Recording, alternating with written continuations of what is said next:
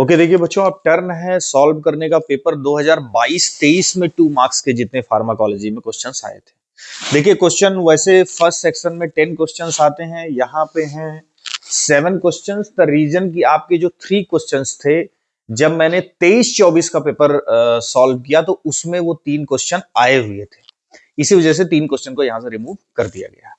तो फर्स्ट इसमें अगर हम बात करें बेसिकली, तो देखिए जैसे पूछा गया है कि आयनोट्रॉपिक एजेंट बताइए और उनका एग्जाम्पल लिखिए। तो बच्चों कार्डियोवास्कुलर सिस्टम में दो बेसिकली अगर आयनोट्रॉपिक से कोरिलेट करें तो आयनोट्रॉपिक और क्रोनोट्रॉपिक टर्म आता है। Positive inotropic, positive chronotropic, negative inotropic, negative chronotropic. तो बेसिकली देखिए, जैसे कि मैंने क्लास में भी ट्रिक बताया कि अगर आप क्रोनोट्रॉपिक बोलते हैं तो Chrono means contraction, Chrono means contraction. तो कॉन्ट्रैक्शन का कोरिलेशन कॉन्ट्रैक्शन से नहीं है। थोड़ा सा घुमा के बात कही जा रही है कि क्रोनोट्रॉपिक मींस कॉन्ट्रैक्शन, जैसे क्रोनो से कॉन्ट्रैक्शन, सी से कॉन्ट्रैक्शन, लेकिन यहां पे आपको कॉन्ट्रैक्शन से मतलब नहीं है। तो कॉन्ट्रैक्शन से मतलब नहीं है तो कॉन्ट्रैक्शन आप अलग लिख दीजिए, इसको कॉन्ट्रैक्शन। अब कॉन्ट्रैक्शन का मतलब किससे आप जोड़ दीजिए, आइनोट्रॉपिक, बस। और क्रोनोट्रॉपिक का मतलब है हार्ट रेट। ये ट्रिक आप बना के इसको लर्न कर सकते हैं। मींस क्रोनोट्रॉपिक में कॉन्ट्रैक्शन, क्रोनोट्रॉपिक में आप बोलते हो कि अगर कोई ड्रग पॉजिटिव क्रोनोट्रॉपिक है, इट मींस वो हार्ट रेट को इंक्रीज कर रही है। अगर कोई ड्रग पॉजिटिव आइनोट्रॉपिक है, इट मींस वो कॉन्ट्रैक्शन को इंक्रीज कर रही है। देखिए बच्चों, कार्डियोवास्कुलर सिस्टम में आपको पता था कि जब वहां पे आपका कार्डियक आउटपुट सफिशिएंट नहीं होता तो आप ऐसी ड्रग देते हो जो ओवरऑल साइटोसॉल में कैल्शियम के लेवल को इनहांस करे। और साइटोसॉल में कैल्शियम का लेवल जब इनहांस होगा तो कॉन्ट्रैक्शन की जो एबिलिटी है वो ज्यादा होगी। तो वहां पे देखिए हमारे अब जैसे ये आपने डिफाइन कर दिया inotropic agent, those agent who are responsible for increasing the contracting ability of the myocardium, वो पॉजिटिव आइनोट्रॉपिक एजेंट होंगे। तो बेसिकली अब जैसे कार्डियक ग्लाइकोसाइड में अगर आप एग्जांपल देखें तो जाएगा डाइगॉक्सिन, डिजिटॉक्सिन। अगर सिंपैथोमाइमेटिक एजेंट्स की अगर हम बात करें तो बेसिकली लाइक आपका इपिनेफ्रिन भी होता है, नॉर इपिनेफ्रिन भी होता है, डोपामिन भी होता है, डोब्यूटामिन भी होता है। तो एक दो एग्जांपल आपके सफिशिएंट है एग्जैक्टली। तो आपकी एक लाइन की डेफिनेशन और इस तरीके से आप एग्जांपल, आपके एग्जैक्टली 2 मार्क्स क्लियर हो जाएंगे यहां से, राइट।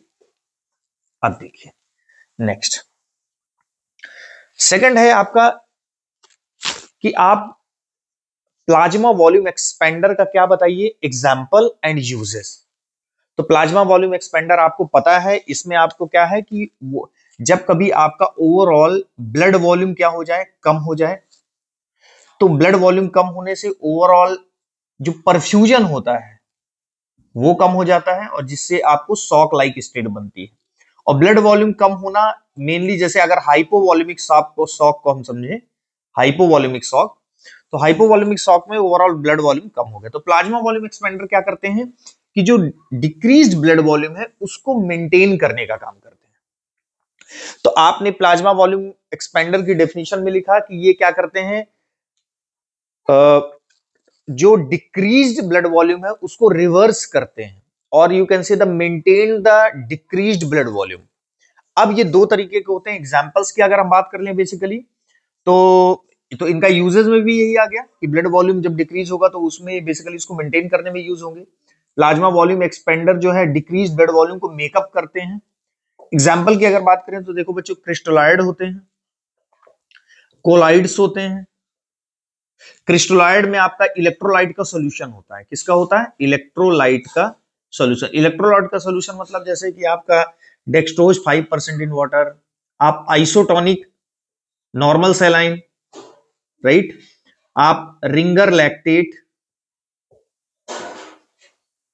तो ये आपके बेसिकली किसके एग्जांपल है, क्रिस्टोलाइड के, राइट। ये स्मॉल मॉलिक्यूल होते हैं क्रिस्टोलाइड्स।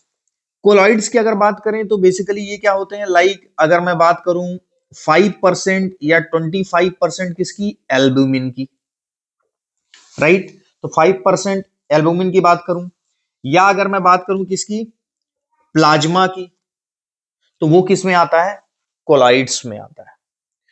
तो कोलाइड्स ये लार्जर मॉलिक्यूल्स होते हैं, ये स्मॉलर मॉलिक्यूल्स होते हैं। ये वैस्कुलर कंपार्टमेंट में रिटेन ज्यादा करते हैं, ये वहां रिटेन कम करते हैं। तो आपको ओवरऑल इससे ज्यादा लेना देना नहीं, आप फटाक से प्लाज्मा वॉल्यूम एक्सपेंडर लिखिए, उसका दो एग्जांपल लिख लिए, क्रिस्टलॉइड में और कोलाइड्स में, राइट। इसके बाद आप ये भी एग्जांपल लिख सकते हैं बेसिकली यहां पे, जैसे कुछ ब्लड प्रोडक्ट होते हैं, तो ब्लड प्रोडक्ट में आप बेसिकली लाइक या तो होल ब्लड या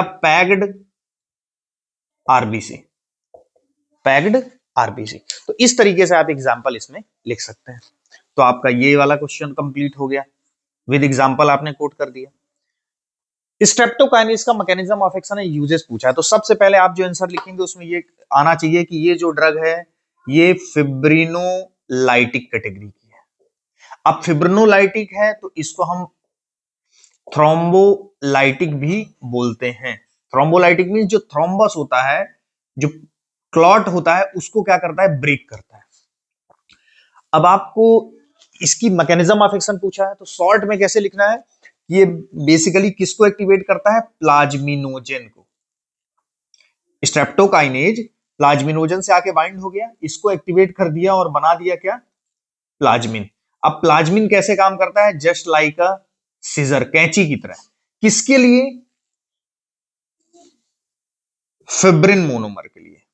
अच्छा, फिब्रिन मोनोमर कहां होता है, जैसे ये क्लॉट है तो इसके चारों तरफ फिब्रिन होगा, थ्रेड लाइक स्ट्रक्चर, उसको प्लाज्मिन क्या करेगा, कट कर देगा। कट कर देगा तो ये क्या हो जाएगा, थ्रोम्बस आपका ब्रेक हो जाएगा। Overall streptokinase is a fibrinolytic agent used as a thrombolytic agent, activates the plasminogen, convert into the plasmin which acts as a scissor and cuts the fibrin monomer, जो कि उसको टाइट प्लग बनाने में help करते हैं। तो जब वो फिब्रिन मोनोमर ब्रेक हो जाएंगे तो आपका जो थ्रोम्बस होगा वो क्या होगा, ब्रेक हो जाएगा। तो ऐसी डिजीज जहां पे बेसिकली थ्रोम्बस का इन्वॉल्वमेंट होता है, लाइक यूजेस की अगर हम बात करें, देखिए जो पूछता है उसकी हेडिंग डाल के आपको लिखना है। यूजेस में अगर हम बात करें तो लाइक आप यूजेस में लिख सकते हैं myocardial infarction, deep deep vein thrombosis, body में कहीं डीप वेन में अंदर कोई क्लॉट हो, deep vein thrombosis, pulmonary embolism, pulmonary embolism. Pulmonary embolism क्या है कि आपका कोई क्लॉट बॉडी के किसी पार्ट में था और वो फ्लोट करके पल्मोनरी आर्टरी में आके फिक्स हो गया, तो वो उसको बोलते हैं पल्मोनरी इम्बोलिज्म। तो ओवरऑल आपको यहां से क्लॉट रिमूव करने की बात है, तो आप फिब्रिनोलाइटिक एजेंट यहां पे देंगे। ये क्वेश्चन आपका इस तरीके से अटेम्प्ट कर लेंगे आप। 5-HT3 एंटागोनिस्ट के बारे में आपको शॉर्ट नोट पूछा है, तो 5-HT3 एंटागोनिस्ट में आप बेसिकली यही बोलने वाले हैं कि चाहे तो सीटीजेड एरिया हो या तो गैस्ट्रोइंटेस्टाइनल ट्रैक हो, राइट। तो यहां पे आपका बेसिकली ब्रेन में चाहे सीटीजेड हो चाहे गैस्ट्रोइंटेस्टाइनल ट्रैक हो, यहां पे जो 5-HT3 रिसेप्टर होता है ये अपने आप में एग्जांपल है किसका, लाइगेंड गेटेड आयन चैनल का। अब ये लिखना इसलिए इंपॉर्टेंट है क्योंकि सारे के सारे 5-HT3 जीपीसीआर होते हैं एक्सेप्ट 5-HT3 के, तो आप इसको हाईलाइट करेंगे 5-HT3 ligand gated ion channel है। और सीटीजेड और जीआईटी में बेसिकली जब इस पे क्या बाइंड होगा, 5-HT सीरोटोनिन अपने 5-HT3 रिसेप्टर से बाइंड होगा, देन इट विल स्टार्ट, ये क्या करता है, इमेसिस इंड्यूस करता है। क्या इंड्यूस करता है, इमेसिस। तो आप 5-HT3 को जब ब्लॉकर देते हैं लाइक ओंडन सेट्रॉन, एग्जाम्पल के साथ आपको चीज लिखना है, ग्रेनीसेट्रॉन या ओंडन सेट्रॉन जब आप देंगे it will block the 5-HT3 receptor over the CTZ and the GIT and thereby inhibit the emesis, so used as anti-emetic agent, anti-emetic agent। तो आप इसको इस तरीके से ये समझा सकते हैं। तो आपकी ये बात क्लियर हो गई, राइट।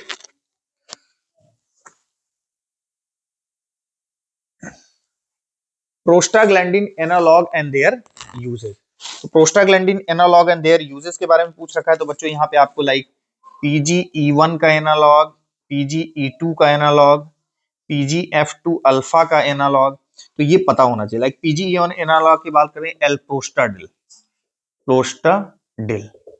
PGE2 एनालॉग की बात करें तो डायनोप्रोस्टोन। क्या है? डायनोप्रोस्टोन। अगर PGF2 अल्फा की बात करें तो बेसिकली ये है लेटेनोप्रोस्ट या कार्बोप्रोस्ट। ओवरऑल जब आपको तुरंत सिंथेटिक एनालॉग इनके पता होना चाहिए। अब ये पता होना चाहिए क्योंकि यहाँ पे पूछा है प्रोस्टाग्लैंडिन एनालॉग के यूजेस, मेनली ये हाईलाइट करना चाहता है। तो देखिए PGE1 एनालॉग जो होता है ये बेसिकली प्रोस्टाडिल लाइक आप इरेक्टाइल डिसफंक्शन में देते हो, क्योंकि ये बेसिकली वैसोडाइलेटेशन करता है, और वैसोडाइलेटेशन करता है तो कार्पस कैवर्नोशन में इरेक्टाइल डिसफंक्शन जिन मेंस में इशू होता है वहां पे आप इसका एनालॉग देते हैं, राइट। इसी का एनालॉग है एक मीसोप्रोस्टॉल। मीसोप्रोस्टॉल ये आप कहां पे देते हैं कि NSAID लेने की वजह से जो गैस्ट्रिक अल्सर होता है उसके ट्रीटमेंट में आप PGE1 एनालॉग देते हो, क्योंकि वहां पे PGE1 प्रोटेक्टिव मैकेनिज्म देता है, डिफेंसिव मैकेनिज्म स्टमक के अंदर। तो एक तो ये दो बात हो गई। अब आ गया PGE2 डायनोप्रोस्टॉन। तो बेसिकली डायनोप्रोस्टॉन जो होता है ये लेबर जो होता है, लेबर के इंडक्शन के लिए, मतलब एज ए यूट्राइन स्टिमुलेंट इसको हम यूज करते हैं। PGF2 अल्फा एनालॉग लाइक ये बेसिकली हम यूज करते हैं लाइक ग्लाउकोमा में। तो जब आप इतनी चीजें लिख देते हो तो आपको वो 2 मार्क्स दे देगा। तो आपको बेसिकली हर का सिंथेटिक एनालॉग का नाम पता होना चाहिए। एल्प्रोस्टाडिल क्या है, कार्बोप्रोस्ट क्या है, लेटेनोप्रोस्ट क्या है, ये चीजें आपको क्लियर होनी चाहिए। अब हम बात करते हैं थायराइड हार्मोन मेटाबॉलिज्म की। तो सिंपल है, थायराइड हार्मोन किस तरीके से मेटाबॉलिज्म रोल करता है। तो कार्बोहाइड्रेट लिख देना, प्रोटीन और फैट। कार्बोहाइड्रेट को ब्रेक करेगा, ग्लूकोज का लेवल बढ़ाएगा। प्रोटीन को ब्रेक करेगा, अमाइनो एसिड का लेवल बढ़ाएगा, मसल ब्रेक होंगी। फैट को ब्रेक पड़ेगा, lipolysis fatty acid and glycerol का लेवल बढ़ेगा। अच्छा, जब ये ब्रेक होगा तो बच्चों आपका क्या होगा, वेट लॉस। तो आप इस तरीके से इसके आंसर को फ्रेम करेंगे कि थायराइड हार्मोन किस तरीके से मेटाबॉलिज्म में रोल प्ले करता है। ओवरऑल एक वर्ड जो यहां पे डालना है कि इसका सबको ब्रेक कर रहा है, मीन इसका नेचर क्या है, कैटाबॉलिक। तो इसका मेटाबॉलिज्म में जो रोल है वो बेसिकली किस नेचर का है, कैटाबॉलिक में। तो एक ये पॉइंट आपका क्लियर हो गया। Advantages of multiple point bias. Multiple point bias में आपने जो हमने 3 पॉइंट बायस या 4 पॉइंट बायस से जो भी पढ़ा है, मल्टीपल पॉइंट बायस से में बेसिकली ये पूछ रहा है कि उसका एडवांटेजेस। तो एडवांटेजेस आपको पॉइंट वाइज लिखने होंगे। देखिए जो भी हम बायस से करते हैं उसमें आपको पता क्या चलती है, पोटेंसी पता चलती है। तो यहां पे हम करते क्या है, मल्टीपल पॉइंट बायस में एक डोज को कई बार देते हैं। तो किसी चीज को आप बार बार जब करते हो तो आप उसके रिजल्ट के लिए ज्यादा एक्यूरेट होते हो, प्रिसाइज होते हो, मतलब उसके लिए आप ज्यादा श्योर होते हो क्योंकि आप वो रिपीटेडली कई बार करके देख चुके होते हो। तो ओवरऑल सबसे पहला है, आपको जो भी चीजें मिलेंगी इसमें मल्टीपल पॉइंट बायस से में आपका बेसिकली एडवांटेजेस में, वो ये है कि आप जो सिंगल पॉइंट बायस से में मिल रहा है लेकिन मल्टीपल पॉइंट बायस से में उस चीज के लिए आप ज्यादा श्योर हो, बस इतना डिफरेंस है।